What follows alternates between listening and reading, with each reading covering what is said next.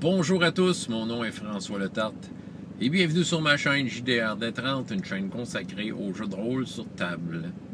Alors, ma vie de rôliste, c'est la réponse au RPG Week numéro 30 pour Bruno. Le lien est en bas. Donc, les noms. De quelle façon je m'y prends pour trouver mes noms de personnages? Et il a donné une règle simple, il fait faire appel à notre créativité. Bon, ben c'est ça, je vais quand même dire ce qu'il fallait pas dire.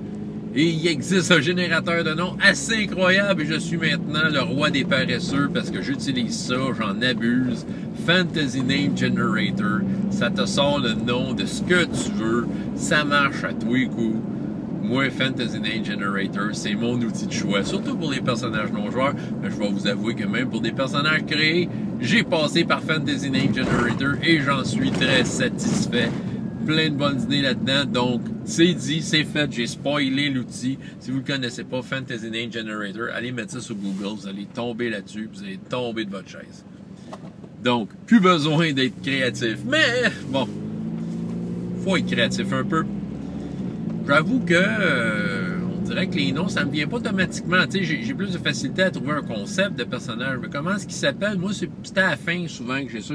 C'est rare que je décide d'un nom, puis tu sais, je décide d'un nom, puis après ça, je vais créer le personnage. La plupart du temps, je le trouve à la fin, le nom, tu sais. Ouais. Fait que ça dépend. OK, je vais vous raconter une histoire. Le premier personnage que j'ai eu dans ma vie, OK, Advanced Dungeons and Dragons, j'étais un petit cul qui savait pas c'était quoi. J'étais assis autour d'une table, puis je découvrais soudainement que tu voulais donner un nom à ton personnage, il pouvait s'appeler autrement que Loup Solitaire de la série du même nom, qui était une série où ton personnage avait un nom, tu sais, Loup Solitaire, puis il y avait d'autres séries aussi de livres dont les héros, Dragon d'or et tout ça. Fait que là, fallait que j'invente un nom. Bon, ben, je savais pas quoi faire de toute façon, puis tu sais, je me faisais coacher par du monde qui connaissait ça, tu sais. On m'a dit, tu vas faire un assassin. Je savais pas quelle classe de personnage. À la question, quelle classe tu veux faire? Écoute, je savais même pas de quoi il parlait. Fait que tu sais, tu vas faire un assassin. OK, je vais faire un assassin. Tu sais, moi, j'ai dit oui. Puis là, c'est ça. Fait que là, on a fait ma feuille. Puis là, il restait le nom. Fait que là, de quelle façon j'allais m'y prendre, trouver un nom? Comment que ça s'appelle un assassin dans un univers fantastique? Fait que la première affaire qui m'a venu en tête, c'était, ben, il va s'appeler le fou. Parce qu'un assassin, c'est fou! C'était ça. Tout le monde avait des noms avec des G et des K pour faire plus médiéval, mais moi, j'avais décidé de l'appeler le fou. That's it. Puis, c'est ça. Ça avait fait bien rire mon maître de jeu, Nelson, à l'époque. Puis, c'est ça. Puis, mais quand même, le fou a eu sa vie de héros, même si ça a été une carrière très courte. Puis, c'était le fou, tu sais. Le nom, il donnait quelque chose au personnage. J'étais le fou. OK. Si je vais un peu plus loin, dans le fond, j'essaie de rappeler des vieux personnages. Fait que, ça me permet de me remettre dedans à savoir qu'est-ce que je dois répondre à un RPG Week. Écoute, à Marvel, OK, Marvel Super Heroes, là, disons qu'après Donjons et Dragons, le premier jeu que j'ai vraiment découvert, c'était Marvel. C'était à l'école secondaire, le club ludique du séminaire de Saint-Hyacinthe. Puis, c'est ça, tu sais, moi je voulais faire du jeu de rôle, fait que je me suis fait inviter à une table de Marvel. Là, je capotais, hey, on peut jouer des super-héros, puis tu sais, un système qui a vraiment plus d'allure que Donjon. Bon, c'était pas, pour moi, ça a tout de suite mis la hache dans mon goût de rejouer à Donjon. En ayant un système qui avait de l'allure, tu sais. Fait que Marvel, ça avait de l'allure. Puis là, ce qui avait super d'allure, c'était la façon de créer le personnage. Ah oui, tu roulais au hasard toutes tes affaires. Puis là, tu te retrouvais avec un personnage que c'était tout plein de pouvoirs par rapport ensemble. C'était assez excitant. Et mon personnage, c'est quelqu'un avec des gros muscles qui faisait de l'électricité. Fait que je m'appelais Electric Man! J'avoue que vous y pensez, hein, c'est subtil comme nom. Oui. Puis mon costume de super-héros, j'étais orange. Je m'étais dessiné. J'avais mis le signe d'Hydro-Québec.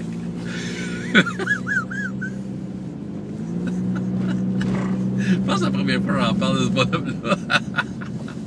Oh boy, c'est un drôle de souvenir, Electric Man. Écoute, la seule affaire que je me souviens de ce gars-là, c'est qu'il a réussi à tenir un building qui allait s'écrouler. Donc j'ai sauvé des gens avec Electric Man. Je me souviens pas d'avoir fait des hauts faits avec l'électricité, mais j'étais avec le signe d'Hydro-Québec. C'était super original et j'ai vécu de grandes aventures avec Electric Man. Écoute, je me souviens pas, j'essaie d'aller plus loin, des personnages qui m'ont marqué. Écoute, Star Wars, j'ai été embarqué dans une campagne avec une gang à Drummondville. Puis j'avais fait un Minor Jedi. T'sais, on prenait les archétypes, la première édition, on prenait des archétypes, j'avais pris le Minor Jedi. Je l'avais appelé Flidior Fripp. Je sais pas d'où vient Flidior. Ça sonnait bien. Fripp, ben dans le temps, je tripais pas mal le rock progressif. Okay? Pour ceux qui s'y connaissent en musique. Puis ici, je vous dis Fripp. Hein? Je vous laisse chercher. Faites pause puis allez Fripp. Pensez-y. Ben, un des grands groupes rock progressifs des années 70, c'était King Crimson. Ça, King Crimson, vous avez jamais entendu ça dans votre vie, là. Tu sais, vous voulez avoir un shift dans votre cerveau, allez écouter du King Crimson. Surtout, l'album... Ah, c'est difficile à dire, là, mais je vais vous nommer des disques. Quand on parle en musique, OK? Le premier disque, ça vaut la peine de l'écouter. Je vous dirais Larkstone and Aspic. Larkstone and Aspic. OK? C'est un soleil et une lune, la pochette. Puis Red. Ça, c'est un grand disque. Puis qui est le leader du band? Il s'appelle Robert Fripp. Fait que je sais pas pourquoi, en hommage à Robert Fripp, j'avais décidé de l'appeler Fripp. Flidior Fripp. Je le trouvais Space Robert Fripp, mais c'était un Jedi Safe Space, donc je vais être comme lui. Je me rappelle d'avoir fait un personnage, j'avais pris le... Tu sais, j'aime la musique, hein, fait que tu sais, j'avais fait un acronyme avec Jimi Hendrix. Puis ça avait donné un autre nom. En fait, ça avait donné... Ah oui, c'est vrai, ça avait donné le nom de Tifandry. Ça vient de loin, hein? Tifandry, c'est quoi? Ça a changé pour Trifandry. En tout cas, dans RPGS, c'est là-dedans. Mais, tu sais, l'origine, là, lointaine de ce nom-là, c'est un personnage c'est un barde, puis son nom, c'est un acronyme de Jimi Hendrix. C'est ça. À part de ça, je pense qu'en fait, le rock'n'roll est une source de nom pour moi, tu sais. J'essaie de penser.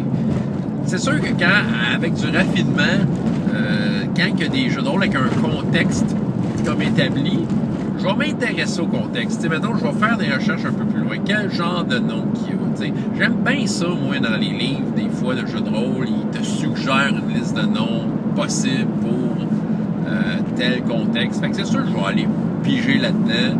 Je vais me trouver quelque chose. Je me souviens plus du nom du personnage, mais je sais que dans Simbarum, quand j'ai joué à ça, il y avait une liste de prénoms, puis je suis allé fouiller là-dedans, puis tu me dis, ah, ça c'est bon.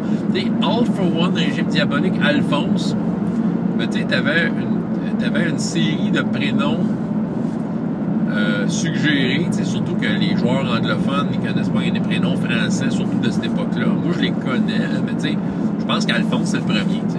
Tu sais, il disait, t'avais comme un paquet de prénoms, okay, Alphonse, parfait. Mon personnage s'appelle Alphonse. Son nom de famille est Ruolt. Ruolt, ben, j'ai fait une recherche de nom de famille français, puis, tu sais, qui pouvait avoir au 17e siècle, puis, tu sais, je tombais un peu par hasard, tu sais. J'essayais de trouver de quoi qui sonnait bien, Alphonse Ruolt.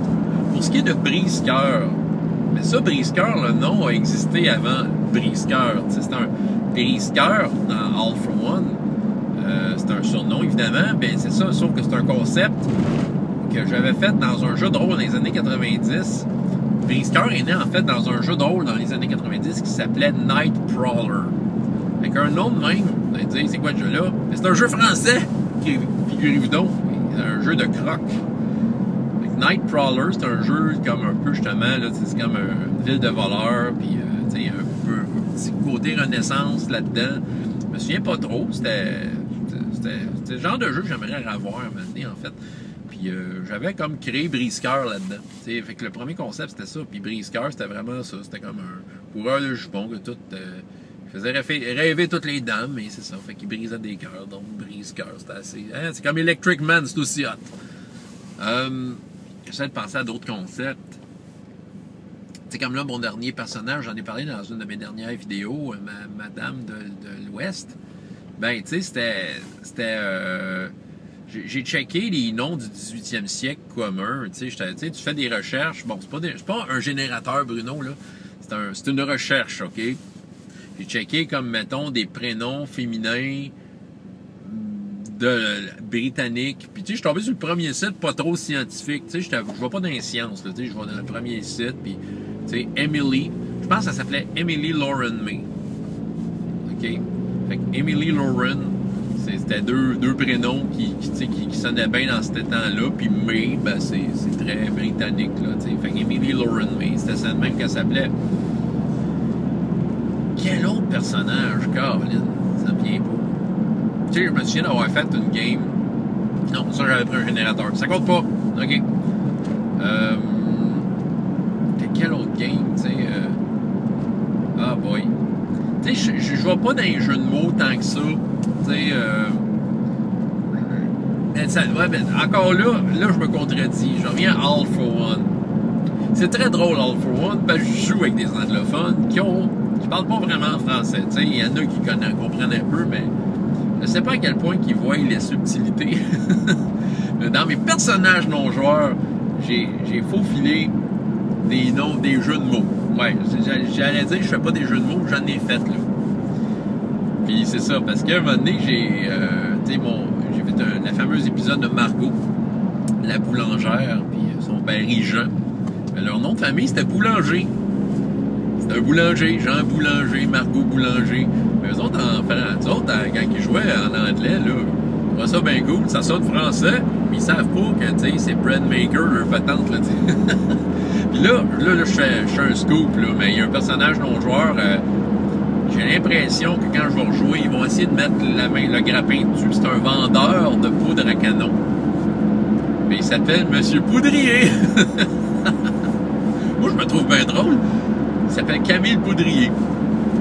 Eh oui, puis ils vendent de la poudre à canon. C'est super original. Hein? Mais eux autres, en anglais, ça sonne super français, mais dans le fond, je m'amuse. Autrement dit, je leur joue un tour sans leur dire, puis je leur dis même pas. Un jour, ils vont peut-être découvrir que les noms de mes personnages, ça explique exactement c'est qui sont. Donc, c'est ça. Ah, c'est une drôle de vidéo, ça. Je fouille encore dans ma tête pour des personnages marquants que j'ai eus. Tu vois, je me souviens pas tant que ça de leur nom, tu sais. Ah oui. Oui, ok, c'est faux que je fais pas de jeu de mots. Ah oui. J'ai eu un personnage à Défi Fantastique. La seule fois de ma vie que j'ai joué à Défi Fantastique en tant que joueur. Quel moment incroyable. Et pour me payer à la traite, j'ai voulu rendre hommage au livre dont vous êtes le héros. Le premier qui m'a marqué à vie, puis c'est la Cité des voleurs. Et dans la Cité des voleurs, il y a une race de personnages qui est comme dans ce livre-là. Je sais pas si ça apparaît dans d'autres livres dont vous êtes le héros. C'est les fameux B. En partant, c'est un drôle de jeu de mots, les B. Parce que, en fait, les B, avec un S, tu sais, nous autres, on va juste dire B. Mais tu sais, en anglais, quand ils disent en pluriel, ils vont dire base. Puis à quoi qu'ils jouent, les B, quand ils rencontrent dans Cité des voleurs, genre, je fais un gros spoiler, si vous aviez l'intention de les celles-là, mais ils jouent au baseball. Oui. Ils font comme un jeu, avec une balle, c'est leur jeu à eux. C'est la façon qu'ils disent. Donc, c'est le baseball. Fort, hein? Puis, quand tu joues dans le jeu, en fait, c'est que, tu sais, en fait, je pense que tu peux aller jouer avec eux autres. Puis, en fait, c'est que tu peux, je pense que tu peux avoir gagné quelque chose. Je vous dis, c'est un spoiler. Si vous jouez à ce livre-là, je pense qu'il y a quelque chose qui aide quand vous jouez avec les B. Parce qu'ils vous trouvent bien cool de jouer avec eux autres au baseball. Donc là, j'ai voulu jouer un B. J'ai créé un B. Je m'étais dit, là, le B, il va être... il va vraiment être un... comment je pourrais dire? Fidèle à ses loisirs. Fait que moi, je me battais avec un bâton, puis j'avais une balle en cuir. Puis tu sais, c'était comme... J'avais dealé ça avec Maurice, là, que dans le fond, je faisais comme une fronde. Tu sais, les mêmes stats qu'une fronde. Fait qu'on avait dit ça. Fait que moi, dans le fond, je cannais des balles, tu sais, j'attaquais mes ennemis avec ça. J'avais un sac de balles en cuir, tu sais. Puis je pognais, ben, écoute, j'ai tué des orques à coups de balle de baseball. Et de quel?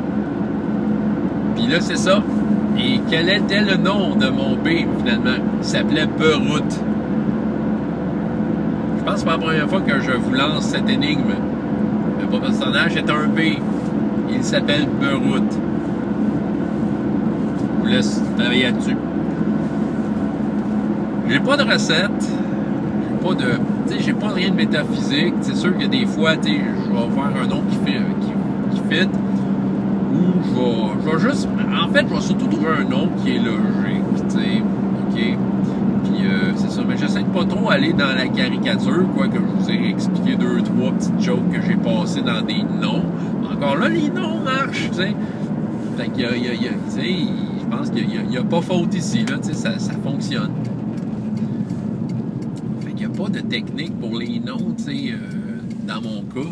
Je vais plus me concentrer sur un bon concept de personnage, puis je vais juste comme y mettre le nom qui va faire en sorte qu'on va y croire au moins un peu, tu sais. Fait que c'est ça. Ça que j'avais à dire sur les noms. Une belle longue vidéo que je vous en parle, mais c'est ça. C'était le RPG Week numéro 30. Merci Bruno pour cette belle question. Et mon nom est François Letarte. Jusqu'à la prochaine fois, il y a autant de plaisir dans la vie et dans les jeux. Au revoir.